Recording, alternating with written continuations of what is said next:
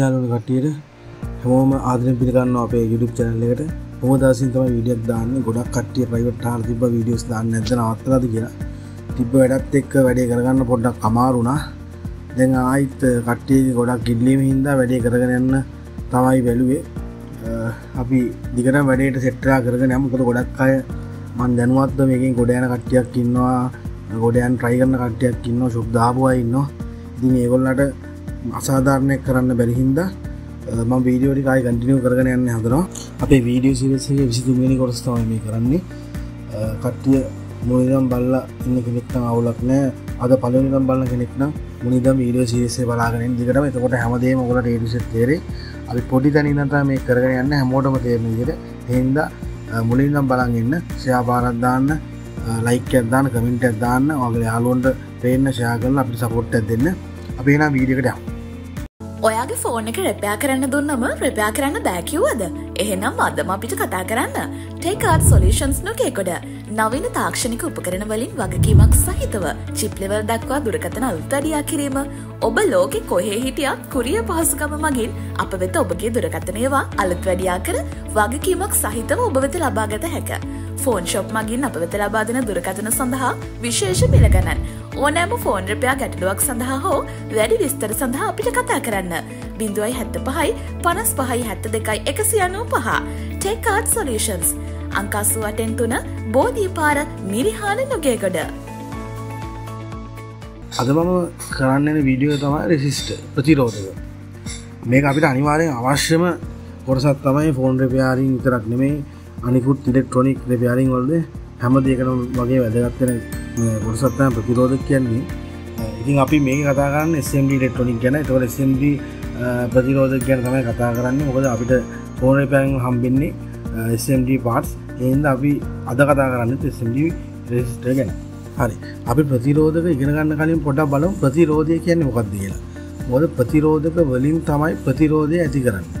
එතකොට අපි ප්‍රතිරෝධය ගැන පොඩි හරි අයිඩියා එකක් අරන් ඉන්න ඕනේ. ප්‍රතිරෝධය කියන්නේ යම්කිසි සන්නායකයක් තුලින් ගලන ධාරාවට ඇති කරන බාධාවට තමයි ප්‍රතිරෝධය කියලා කියන්නේ. එතකොට ප්‍රතිරෝධක වලින් කරන්නේ ප්‍රතිරෝධය ඇති කරන එක. ඒ කියන්නේ බාධාවක් ඇති කරන එක. එතකොට වඩේ පින්තූරේ පේන ඇති එක වැලියු තියෙන ප්‍රතිරෝධක මම පෙන්නලා තියෙනවා. R100යි 5යි R60යි ඔය වගේ 30යි R9 වගේ එක වැලියු තියෙන එක කෝඩ්ස් තියෙන ප්‍රතිරෝධක තියෙනවා.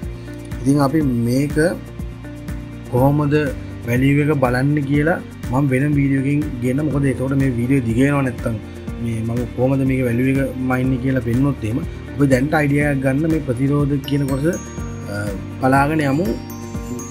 ඒසියෙන් ඉගෙන ගන්න පුළුවන් ටික ඉගෙනගෙන ඉමු. ඊට පස්සේ අපි අමාරු එකට සෙට් වෙමු. නැත්තම් හැමෝටම මේක අල්ලගන්න පොඩක් අමාරු වෙනින්ද.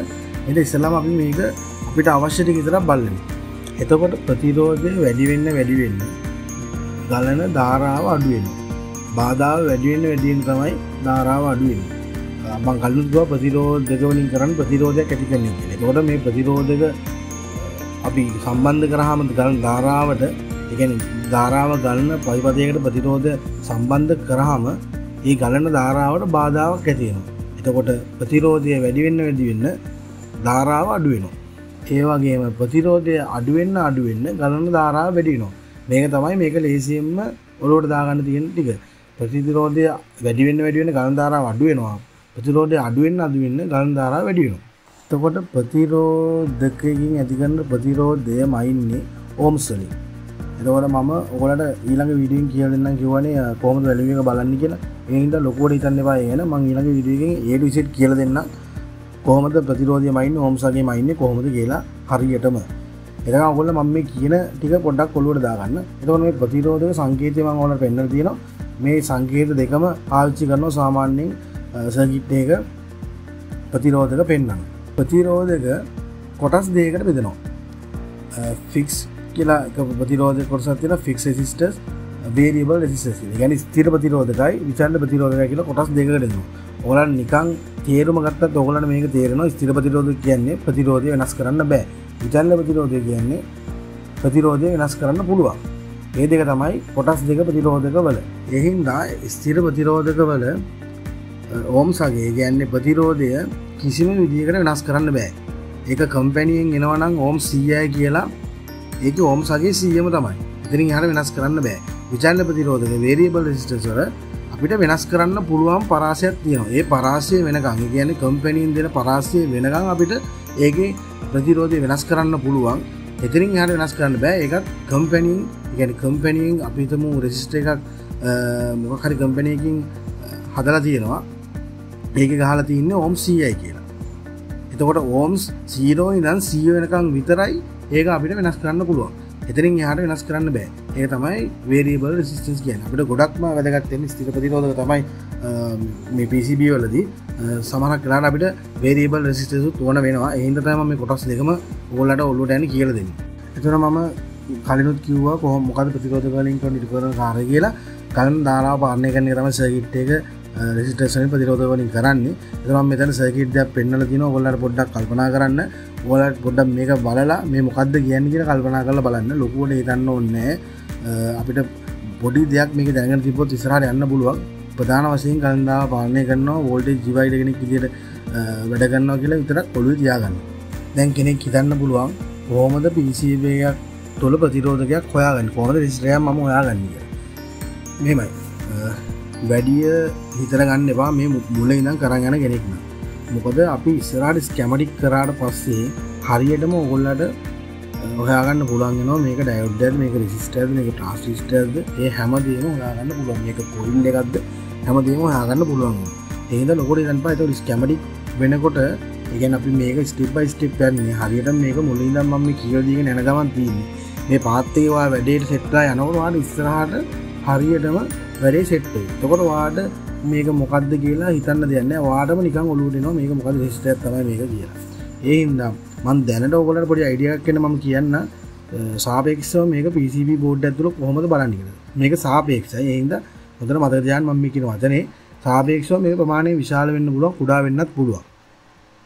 සමහර කරාට වැලියු ගහලක් තියෙනවා වැලියු ගහන්න නැතුවත් දෙනවා. ඊට පස්සේ දෙපැත්තෙන් සුදු පාට සිල්ල වගේ පොඩි ප්ලේට් දෙකක් මැද කළු පාට කාබන් කැලලක් වගේ තියෙනවා. ඒකම තමයි සාමාන්‍යයෙන් රෙසිස්ටර් එකක් හොයාගන්න. PCB එකට සාපේක්ෂව මේක රෙසිස්ටර් එකක් කියලා කියන්න පුළුවන් විදිය. හරියටම මේක රෙසිස්ටර් එකක්ද කියලා බලා ගන්න නම් අපිට ස්කැමටික් එක පාවිච්චි කරන්න වෙනවා. ස්කැමටික් එකේ A to Z තියෙනවා. හැම කොම්පොනන්ට් එකක්ම සර්කිට් එකේ තියෙන ස්කැමටික් එකේ තියෙනවා. ඒ හින්දා වැඩි හිතන්න එපා. දැන්ට මේක ඔලුවට දාගෙන යන්න. හරි. ඊළඟට අපි කොහොමද මේ ප්‍රතිරෝධකය චෙක් කරන්නේ? කොහොමද මේකේ වැලියු එක චෙක් කරන්නේ? මේක වැඩ ගන්නවද කියලා බලන්නේ. කොහොමද අපි මේක චෙක් කරගන්නේ? අනිවාර්යෙන් මේකට මල්ටිමීටරයක් අවශ්‍යමයි. ඒක ඩිජිටල්ද ඒක ඇනලොග්ද කියලා වැඩක් නැහැ. මල්ටිමීටරයක් තියෙන්න ඕනේ. හැබැයි ඩිජිටල් තියනවා නම් වඩාත්ම හොඳයි මේකට. මොකද ඇනලොග් තිබ්බොත් ඔයා ගණන් හද ඉන්න ඕනේ මේකේ වැලියු එක බලාගන්න. ඊට වැඩි ලේසි ඔයාට ඩිජිටල් මල්ටිමීටරයක් තියෙන එක. හැබැයි මේ වැඩේට අපි හරියටම සමහරක් වෙලාවට වාට වෙන්න පුළුවන් එක අපි හිතමු වැලියු එක 100ක් තියෙන්න ඕන රෙසිස්ටර්. වාට පෙන්වන්නේ රෙසිස්ටර් වැලියු එක 50යි. ඒතකොට වා හිතන්න ඒ වැලියු එක රෙසිස්ටරේ පෙන්වලා කියන ගහලවත් නැහැ. ඒ කියන්නේ පින් කරලවත් නැහැ. එතකොට ඔයා දන්නේ නැහැ මේක හරි වැලියු එක කීයක් තියෙන්න ඕන දැන් පෙන්වන්න නේද? ඒ හින්දා මම ඔයාලට කලිනුත් කිව්වා ස්කැමටික් එක පාවිච්චි කරන්න ඕන කියලා. ඒක ඉස්සරහට තමයි කියලා දෙන්නේ. මොකද මේ කම්පොනන්ට් ඔක්කොම එකින් එක කියලා දීලා තමයි මේ තැනට එන්න ඕනේ. ඒ හින්දා දැන් වැඩි හිතන්න එපා. ඔයාලට මම නිකන් කියන්නම් මේක කොහොමද චෙක් කරගන්නේ කියලා. අපි ඉස්සෙල්ලාම මල්ටිමීටර් පාවිච්චි කරන්න ඕනේ. මම ඩිජිටල් මල්ටිමීටර් පාවිච්චි කරලා කරත් ඇනලොග් මල්ටිමීටර් පාවිච්චි කරන්න එකම දේ. හැබැයි ලේසිම වැඩේ තමයි ඩිජිටල් මල්ටිමීටර් පාවිච්චි කරන එක. ඩිජිටල් මල්ටිමීටර් පාවිච්චි කරලා ඔයා ඕම් පරාසයට දාන්න ඕනේ. ඔයා බලන්න මල්ටිමීටර් එකේ තියෙනවා ඕම් පරාසය. ඕම් මගේ කියන්නේ මොකද කියලා දන්නේ නැත්තම් ඕම් මාක් එක දන්නේ නැත්නම් ඔයා කෙලිම Google ගහන resistance කියලා ගැවුවට පස්සේ ඔයාට වැලියු කොහොමද බලන්නේ ඕම් කොහොමද සංකේතය කොහොමද තියෙන්නේ හැමදේම දන්නේ නැතිව කෙනෙක් කියනවා නම් මට ප්‍රයිවට් මැසේජ් එකක් දාන්න මම එයාට කියලා දෙන්න මේක තමයි ඕම් කියන්නේ එහෙම අවුලක් නැහැ ඕන කෙනෙක් දන්නේ නැති කෙනෙක් කියනවා නම් මම මැසේජ් එක දාන්න ගොඩක් අය මේක දන්නේ නැති නෑ ඕන කෙනෙක් දන්නවා ඒතර ඕම් පරාසයට දා ගන්න ඕනේ එතකොට ඕම් පරාසයට දාගෙන ටෙස්ට් ප්‍රොබ් දෙක තියෙනවා මල්ටිමීටරේ ඒකේ ඔය පෙන්නලා තියෙනවා වගේ සිල්ල පාට ක්ලිප් දෙක කියන්නේ දෙපැත්තේ සිල් පාට ප්ලේට් දෙකට තමයි ටෙස්ට් ප්‍රොබ් දෙක තියන්නේ සාමාන්‍යයෙන් කෙනෙක් අහපම් මේක ධනක් ඍණ හරියටම තියන්නවද කළු එක මේ පැත්තට තියන්නවද එහෙම නැහැ ධන ඍණ නැහැ රෙසිස්ටන්ස් වල සාමාන්‍ය රෙසිස්ටන්ස් වල ධනක් ක්‍රියාවක් නැහැ ඕන පැත්ත ටෙස්ට් ප්‍රොබ් එකේ තියලා අපිට හොයාගන්න පුළුවන් මේක වැලියු එක. අපි ඕම් පරස්සේ තමයි ගන්න. එතකොට හරියටම මේක චෙක් කරන්න නම් PCB බෝඩ් එකක් තුල හරියටම චෙක් කරන්න නම් මගේ අත්දැකීම් එක මම කියන්නේ ගොඩක් අය කියනවා PCB එක එහෙම තීද්දිම චෙක් කරන්න පුළුවන් ප්‍රශ්නයක් නැහැ කියලා. හැබැයි ගොඩක් ෆෝල්ට් ඇවිල්ලා තියෙනවා එහෙම තීද්දිම චෙක් කරලා 100% වැලියු පෙන්වන්නේ නැහැ. සමහරක් වෙලාවට වෙනස් වෙනවා. ඒ හින්දා මම කියන්නේ මේක හරියටම චෙක් කරගන්න ඕන. අපි ඒක රිමූව් කරගන්න ඕනේ. ඒ කියන්නේ එක පැත්තක් හරි රිමූව් කරගන්න ඕනේ. ඒ කියන්නේ විසන්ධි කරගන්න ඕනේ සර්කිට් එක. විසන්ධි කළා තමයි හරියටම 100%ක් නිවැරදිවම චෙක් කරනවා. විසන්ධි කරගෙන තමයි බලන්න ඕනේ. මොකද සර්කිට් එකේ තීද්දි චෙක් කරොත් එහෙම සමහරක් වෙලාවට රෙසිස්ටර් එක පිච්චිලා තියෙනවා නම් ඒ මේ කම්පොනන්ට් එක වෙන වැලියු පෙන්වනවා. ඒ කියන්නේ ඒ සර්කිට් එක අනිත් පැත්තේ තියෙන කම්පොනන්ට් වල වැලියු ඉඳන් අපිට පෙන්වන්න පුළුවන්. ඒ හින්දා අපි හරියටම මේක චෙක් කරගන්න ඕන නම් බෝඩ් එකෙන් ගලවන්න ඕනේ, PCB එකෙන් ගලවන්න ඕනේ. එක පැත්තක් හරි රිමූව් කරගන්න ඕනේ. එහෙම තමයි අපි ප්‍රතිරෝධය පරීක්ෂා කරන්නේ. ප්‍රතිරෝධය පරීක්ෂා කරන්නේ ප්‍රතිරෝධකයක් තුල. එතකොට ප්‍රතිරෝධක සම්බන්ධව මට කියන්න තියෙන මෙච්චරයි. වැලියු බලන විදිය මම ඔයගොල්ලන්ට වෙනම වීඩියෝකින් කියලා දෙන්නම්. මොකද මේකෙන් කියලා දුන්නොත් ඒක ගොඩක් දිග වෙනවා, කට්ටියට බෝරින් වෙනවා. ඉස්සෙල්ලා මම මේ කම්පොනන්ට් ටික මුලින් හඳුන්වා දීගෙන යන ගමන් මම පස්සේ ඒ කම්පොනන්ට් එක කොහොමද වැලියු බලන්නේ, කොහොමද හරියට හදාගන්නේ, කෝඩ් වලින් හදාගන්නේ වැලියු කියලා දෙන්නම්. ඒක ඔයාලට අත්‍යවශ්‍යම නැහැ මේ වැඩේ කරගන්න. මොකද මේක අපි ඉගෙන ගන්න ඕනේ ස්කෙමැටික් එකකින් කොහොමද රිපෙයාර් කරන්න කියලා. එහෙම තමයි ජෙනුයින් රිපෙයාර්ස්ලා පාවිච්චි කරන ක්‍රම තමයි ස්කෙමැටික්. ඒ හින්දා ඒ වගේ දේවල් පාවිච්චි කරලා කොහොමද හරියට ෆෝන් එක රිපෙයාර් කරගන්න, බෝඩ් එකක් රිපෙයාර් කරගන්න කියලා ඉගෙන ගන්න තමයි ඕනේ. ඉස්සරහට මම මේ හැමදේම කියලා දෙනවා. මේ කට්ටිය දැන් මේ වීඩියෝ දාලා වීඩියෝ දාන්න නැති විදිහ කියලා එහෙම වෙන්නේ නැහැ. ඉස්සරහ දිගටම දානවා. ගොඩක් අය මට මැසේජ් එකක් දාලා තියෙනවා ගොඩක් මේ දාන්න වීඩියෝ දාන්න කියලා. එහෙන් දවුලක් නැහැ. මාත් එක සෙට්ලා ඉන්න මම කියලා දෙන්නම් කොහොමද කරගන්නේ කියලා. තව කියනවා අපේ ගෲප් එකක් තියෙනවා. කට්ටියට කතා කරන්න පුළුවන් දන්නේ දෙයක් ඒ සම්බන්ධව දැන්ට කීප දෙනෙක් ඉන්නවා සෙට් වෙලා. මම ඕන ලින්ක් එක දාලා දාන්න ඩිස්ක්‍රිප්ෂන් එකේ ඒකට ජොයින් වෙන්න. තව ඔයගොල්ලෝ ටූල්ස් නම් ගන්න ඕන නම් අපෙන් ගන්න පුළුවන්. ඒ නම්බර් එක මගේ ප්‍රයිවට් නම්බර් එක දාලා ඉතින් ඔයාලට ඕන නම් මැසේජ් එකක් දාන්න. ඔයගොල්ලෝ ගෙදරටම ගෙන්න ගන්න පුළුවන්. ගොඩක් කට්ටිය මගේ ටූල්ස් අරගෙන පාවිච්චි කරලා වැඩ කරගෙන යනවාම ඉන්නවා. සාමාන්‍යයෙන් බේසික් එකේ ඉඳන් ඇඩ්වාන්ස් වෙනකන් අපි ගාව ටූල්ස් තියෙනවා.